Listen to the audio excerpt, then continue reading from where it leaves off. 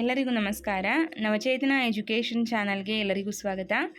ಶಿಕ್ಷಕರ ನೇಮಕಾತಿ ಪರೀಕ್ಷೆಗೆ ಸಂಬಂಧಪಟ್ಟಂತೆ ಸರ್ಕಾರ 2 ದಿನಗಳ ಹಿಂದೆ ಒಂದು ಕರ್ನಾಟಕ ರಾಜ್ಯಪತ್ರವನ್ನು ಹೊರಡಿಸಿತ್ತು. ಸೊ ಈಗ ಅದೇ ಹಿನ್ನೆಲೆಯಲ್ಲಿ ಸರ್ಕಾರಿ ಪ್ರಾಥಮಿಕ ಮತ್ತು ಪ್ರೌಢಶಾಲೆಗಳಲ್ಲಿ ಖಾಲಿ ಇರುವ ವಿವಿಧ ವೃಂದದ ಶಿಕ್ಷಕರ ಹುದ್ದೆಗಳನ್ನು ನೇರ ನೇಮಕಾತಿ ಮೂಲಕ ಭರ್ತಿ ಮಾಡಲು ಅನುಮತಿಯನ್ನು ನೀಡುವಂತೆ ಕುರಿತು ಕರ್ನಾಟಕ ಸರ್ಕಾರದ ನಡಾವಳಿಗಳನ್ನು ಪ್ರಕಟಣೆ ಮಾಡಲಾಗಿದೆ. ಸೊ ಈ ಒಂದು ಪ್ರಕಟಣೆಯಲ್ಲಿ ಆ್ಯಸ್ ಅ ಆಸ್ಪಿರೆಂಟ್ ನಾವು ತಿಳ್ಕೊಳ್ಬೇಕಾದಂತಹ ಮುಖ್ಯವಾದಂತಹ ಅಂಶವನ್ನು ಮಾತ್ರ ನೋಡ್ತಾ ಹೋಗೋಣ.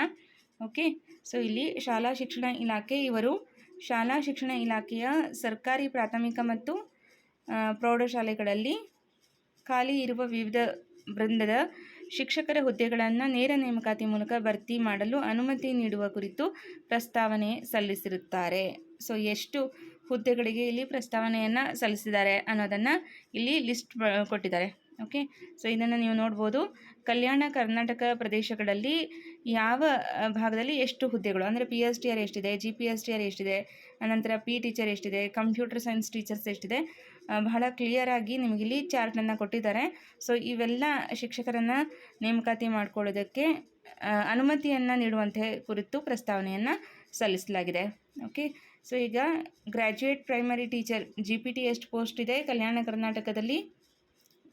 3228. ಇನ್ನು ಅಸಿಸ್ಟೆಂಟ್ ಮಾಸ್ಟರ್ ಅಂದರೆ ಸೊ ಇದು ನಿಮಗೆ HSTR ರಿಲೇಟೆಡ್ ಆಗಿರುತ್ತೆ, 2214. ಅನಂತರ PSTR ಪೋಸ್ಟು 800, ಜೊತೆಗೆ physical education teacher okay grade 2 ಆಗಿರುತ್ತೆ, ಇದು 425. ಅನಂತರ ಕಂಪ್ಯೂಟರ್ ಸೈನ್ಸ್ ಟೀಚರ್ 300 ಪೋಸ್ಟ್. ಒಟ್ಟಾರೆಯಾಗಿ ಕಲ್ಯಾಣ ಕರ್ನಾಟಕ ಪ್ರದೇಶದಲ್ಲಿ ಒಟ್ಟು 6967 ಶಿಕ್ಷಕರ ನೇಮಕಾತಿಯನ್ನು ಮಾಡಿಕೊಳ್ಳೋದಕ್ಕೆ ಸರ್ಕಾರ ಅನುಮತಿಯನ್ನು ಕೋರಿ ಪ್ರಸ್ತಾವನೆಯನ್ನು ಸಲ್ಲಿಸಲಾಗಿದೆ. ಓಕೆ, ಸೊ ಇನ್ನು ನೆಕ್ಸ್ಟು ಕಲ್ಯಾಣ ಕರ್ನಾಟಕ ಪ್ರದೇಶ ಹೊರತುಪಡಿಸಿದ ಭಾಗಗಳಲ್ಲಿ HK ವಿಭಾಗದಲ್ಲಿ ಎಷ್ಟು ಪೋಸ್ಟ್ಗಳಿದೆ ಅನ್ನೋದನ್ನು ಇಲ್ಲಿ ಕ್ಲಿಯರ್ ಆಗಿ ಮೆನ್ಷನ್ ಮಾಡಿದ್ದಾರೆ, ನೋಡ್ಕೊಳ್ಳಿ. GPT 5272, ಇನ್ನು HSTR ಪೋಸ್ಟ್ 2286, ಅನಂತರ PST ಪೋಸ್ಟ್ 100, ಅನಂತರ ಟೀಚರ್ ದೈಹಿಕ ಶಿಕ್ಷಕರು 175, ಅನಂತರ ಕಂಪ್ಯೂಟರ್ ಸೈನ್ಸ್ ಟೀಚರ್ 200. ಒಟ್ಟಾರೆಯಾಗಿ 8033 ಪೋಸ್ಟ್ಗಳನ್ನು ಕಲ್ಯಾಣ ಕರ್ನಾಟಕೇತರ ವಿಭಾಗದಲ್ಲಿ ಕಾಲ್ ಮಾಡಲಾಗುತ್ತೆ. ಓಕೆ, ಸೊ ಇದಕ್ಕೆ ಪರ್ಮಿಷನ್ ಅಂದರೆ ಅನುಮತಿ ನೀಡುವಂತೆ ಕೋರಿ ಒಂದು ಪ್ರಸ್ತಾವನೆಯನ್ನು ಸಲ್ಲಿಸಲಾಗಿದೆ. ಸೊ ಈಗ ಕರ್ನಾಟಕ ರಾಜ್ಯಪತ್ರ ಆಯಿತು, ಅನಂತರ ಅನುಮತಿಯನ್ನು ಕೋರಿ ಪ್ರಸ್ತಾವನೆಯನ್ನು ಸಲ್ಲಿಸಿದ್ದಾಗಿದೆ. ಸೊ ಆಕ್ಷೇಪಣೆಯನ್ನು ಸಲ್ಲಿಸೋದಕ್ಕೆ ಕರ್ನಾಟಕ ರಾಜ್ಯಪತ್ರ ಇದಕ್ಕೆ ಆಕ್ಷೇಪಣೆ ಸಲ್ಲಿಸೋದಕ್ಕೆ ಒಟ್ಟು 15 ದಿನಗಳ ಕಾಲಾವಕಾಶ, ಅಂದರೆ ಈಗ 14 ದಿನಗಳ ಕಾಲಾವಕಾಶದಲ್ಲಿ ಇದು ಒಂದು ದಿನ ಕಳೆದೋಗಿದೆ ಬಿಡಿ, ಇನ್ನು 13 ದಿನ ಬಾಕಿ ಇದೆ. ಸೊ ಫೈನಲ್ ಡ್ರಾಫ್ಟ್ ಅನಂತರ ಬರುತ್ತೆ ನಮಗೆ. ಫೈನಲ್ ಡ್ರಾಫ್ಟ್ ಆದಮೇಲೆ ನಮಗೆ ನೇರವಾಗಿ ನೋಟಿಫಿಕೇಷನ್ ಆಗುವಂತಹ ಎಲ್ಲ ಸಾಧ್ಯತೆ ಇದೆ. ಸೊ ಇಷ್ಟೆಲ್ಲ ತಯಾರಿಯನ್ನು ಮಾಡ್ಕೊಳ್ತಿದ್ದಾರೆ ಅಂದರೆ ನೋಟಿಫಿಕೇಷನ್ ಡಿಲೇ ಆಗಲ್ಲ, ಸದ್ಯದಲ್ಲೇ ನೋಟಿಫಿಕೇಷನ್ ಆಗುತ್ತೆ. ಮತ್ತು ಪತ್ರಿಕೆಯಲ್ಲೂ ಕೂಡ ಪ್ರಕಟಣೆ ಮಾಡಿದ್ದಾರೆ, ಆಗಸ್ಟ್ ತಿಂಗಳಲ್ಲಿ ನೋಟಿಫಿಕೇಷನ್ ಮಾಡಬೇಕು ಅಂತಂದು. ಸೊ ಸರ್ಕಾರ ಎಲ್ಲ ಸಿದ್ಧತೆಯನ್ನು ಮಾಡ್ಕೊಳ್ತಾ ಇದೆ. ಸೊ ನೀವು ಕೂಡ ಪರೀಕ್ಷೆಗೆ ಎಲ್ಲ ಸಿದ್ಧತೆಯನ್ನು ಸಕಲ ತಯಾರಿಗಳನ್ನು ಮಾಡ್ಕೊಳ್ಳಿ. ಓಕೆ, ಕಡಿಮೆ ಸಮಯ ಇದೆ ಅಂತಂದು ಟೆನ್ಷನ್ ಮಾಡ್ಕೊಳ್ಬೇಡಿ.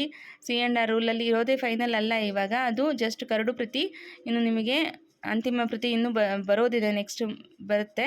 ಸೊ ಅದರಲ್ಲಿ ನಿಮಗೆ ಪಾಸಿಟಿವ್ ಆಗಿ ಚೇಂಜಸ್ ಬರ್ಬೋದಲ್ವಾ. ಸೊ ಪಾಸಿಟಿವ್ ಥಿಂಕ್ ಇಟ್ಕೊಳ್ಳಿ, ಖಂಡಿತವಾಗ್ಲೂ ಪಾಸಿಟಿವ್ ರಿಸಲ್ಟೇ ಬರುತ್ತೆ, ಚೇಂಜಸ್ ಆಗುತ್ತೆ. ಓಕೆ, ಯಾಕಂದರೆ ಬಹಳಷ್ಟು ಜನ ಅಭ್ಯರ್ಥಿಗಳಿಗೆ ಇಲ್ಲಿ ತೊಂದರೆ ಆಗುತ್ತೆ, ಬಹಳಷ್ಟು ಜನ ಅಭ್ಯರ್ಥಿಗಳು ಅವಕಾಶ ವಂಚಿತರಾಗ್ತಿದ್ದಾರೆ. ಸೊ ಅದೆಲ್ಲವನ್ನು ಸರ್ಕಾರ ಪರಿಗಣಿಸುತ್ತೆ ಅನ್ನೋದು ನನ್ನ ಅನಿಸಿಕೆ. ಸೊ ಎಲ್ಲವನ್ನು ಗಮನಿಸಿ ಕೂಲಂಕುಷವಾಗಿ ಪರಿಶೀಲಿಸಿ ಫೈನಲ್ C&R ರೂಲ್ ಬರುತ್ತೆ ಸದ್ಯದಲ್ಲಿ. ಓಕೆ, ಭರವಸೆಯೊಂದಿಗೆ ನಿಮ್ಮ ಅಭ್ಯಾಸವನ್ನು ಮುಂದುವರಿಸಿ. ಪರೀಕ್ಷಾ ಕ್ರಮ ಚೇಂಜ್ ಆಗಿದೆ, ಈಗ ಏನು ಕಂಪ್ಲೀಟ್ ಪ್ಯಾಟರ್ನ್ ಚೇಂಜ್ ಆಗಿದೆ ಅಂತ ಹೇಳ್ಬೋದು. GPSTR ಅವರಿಗೆ ಏನು ಹೊಸದಂತ ಅನಿಸಲ್ಲ, ಆದರೆ ಥರ್ಡ್ ಪೇಪರಲ್ಲಿ 50 ಮಾರ್ಕ್ಸ್ ಇಂಗ್ಲೀಷ್ ಅಂತ ಇದೆ. ಸೊ ಅದಷ್ಟೇ ಸ್ವಲ್ಪ ಚೇಂಜಸ್ GPSTR ಬರೆಯೋರಿಗೆ. ಆದರೆ PSTR ಮತ್ತು HSTR ಇದುವರೆಗೂ ಮಲ್ಟಿಪಲ್ ಚಾಯ್ಸ್ ಕ್ವಶನ್ಸ್ ಮಾತ್ರ ಇತ್ತು. ಆದರೆ ಇವಾಗ ಏನು ಮಾಡಿದ್ದಾರೆ, ಡಿಸ್ಕ್ರಿಪ್ಟಿವ್ ಪೇಪರನ್ನು ಆ್ಯಡ್ ಮಾಡಿದ್ದಾರೆ. ಜೊತೆಗೆ 3 ಪತ್ರಿಕೆಗಳಿದೆ. 3ನೇ ಪತ್ರಿಕೆಯಲ್ಲಿ ಕನ್ನಡ 50 ಮಾರ್ಕ್ಸಿಗಿರುತ್ತೆ, ಇಂಗ್ಲೀಷ್ 50 ಮಾರ್ಕ್ಸಿಗಿರುತ್ತೆ ಅಂತ ಹೇಳಿದ್ದಾರೆ ಅಲ್ವಾ. ಸೊ ಇದೆಲ್ಲ ಯಾವ ರೀತಿ ಇರುತ್ತೆ, ಯಾವುದ್ರ ಮೇಲೆ ಪ್ರಶ್ನೆಗಳನ್ನು ಕೇಳ್ಬೋದು ಅಂತ ನಾವೆಲ್ಲರೂ ಕೂಡ ಈಗ ನಿರೀಕ್ಷೆಯಿಂದ ಕಾಯ್ತಾ ಇದ್ದೀವಿ. ಸದ್ಯದಲ್ಲೇ ನಮಗೆ ಇದಕ್ಕೆಲ್ಲ ಒಂದು ಆನ್ಸರ್ ಸಿಗುತ್ತೆ. ಪರೀಕ್ಷಾ ಒಂದು ಕ್ರಮ ಯಾವ ರೀತಿ ಇರುತ್ತೆ, ಯಾವ ರೀತಿ ಪ್ಯಾಟರ್ನ್ ಇರುತ್ತೆ, ಯಾವೆಲ್ಲ ಸಿಲೆಬಸ್ನ ಓದ್ಕೊಳ್ಬೇಕು ನಾವು ಅನ್ನೋದನ್ನು ಸರ್ಕಾರ ನಮಗೆ ಖಂಡಿತವಾಗ್ಲೂ ಕ್ಲಿಯರ್ ಇನ್ಫಾರ್ಮೇಷನೊಂದಿಗೆ ತಿಳಿಸಲಿದೆ ಅಂತ ಅಂದ್ಕೊಳ್ತೀನಿ. ಯಾಕಂದರೆ 2022ರಲ್ಲಿ ನಮಗೆ ಸಿಲೆಬಸ್ ಜೊತೆಗೆ ಮಾಡೆಲ್ ಕ್ವಶನ್ ಪೇಪರ್ ಎಲ್ಲವನ್ನು ಕೊಟ್ಟಿದ್ದರು. ಸೊ ಹಾಗಾಗಿ ನಮಗದು ಒಂದು ತಯಾರಿ ಮಾಡ್ಕೊಳ್ಳೋದಕ್ಕೆ ಒಂದು ಬ್ಲೂ ಪ್ರಿಂಟ್ ಸಿಕ್ಕಂಗಾಗಿತ್ತು. ಸೊ ನಿಮಗೂ ಕೂಡ ಈಗ ನೆಕ್ಸ್ಟ್ ನೋಟಿಫಿಕೇಷನ್ಗೆ ಅದೇ ರೀತಿ ಎಲ್ಲ ಮಾಹಿತಿಗಳು ಸಿಗುತ್ತೆ. ಸ್ವಲ್ಪ ವೆಯ್ಟ್ ಮಾಡಬೇಕು. ಈಗ ನಮಗೆ ಬೇಸಿಕ್ಕಾಗಿ ಏನೇನು ಓದಬೇಕು ಅನ್ನೋದು ಎಲ್ರಿಗೂ ಗೊತ್ತಿದೆ. ಸೊ ಅದನ್ನು ಓದ್ತಾ ಇರೋಣ. ಅನಂತರ ಸಿಲೆಬಸ್ಗೆ ತಕ್ಕಂಗೆ ನಾವು ಅಪ್ಡೇಟ್ ಮಾಡ್ಕೊಳ್ತಾ ಹೋದರೆ ಆಗುತ್ತೆ.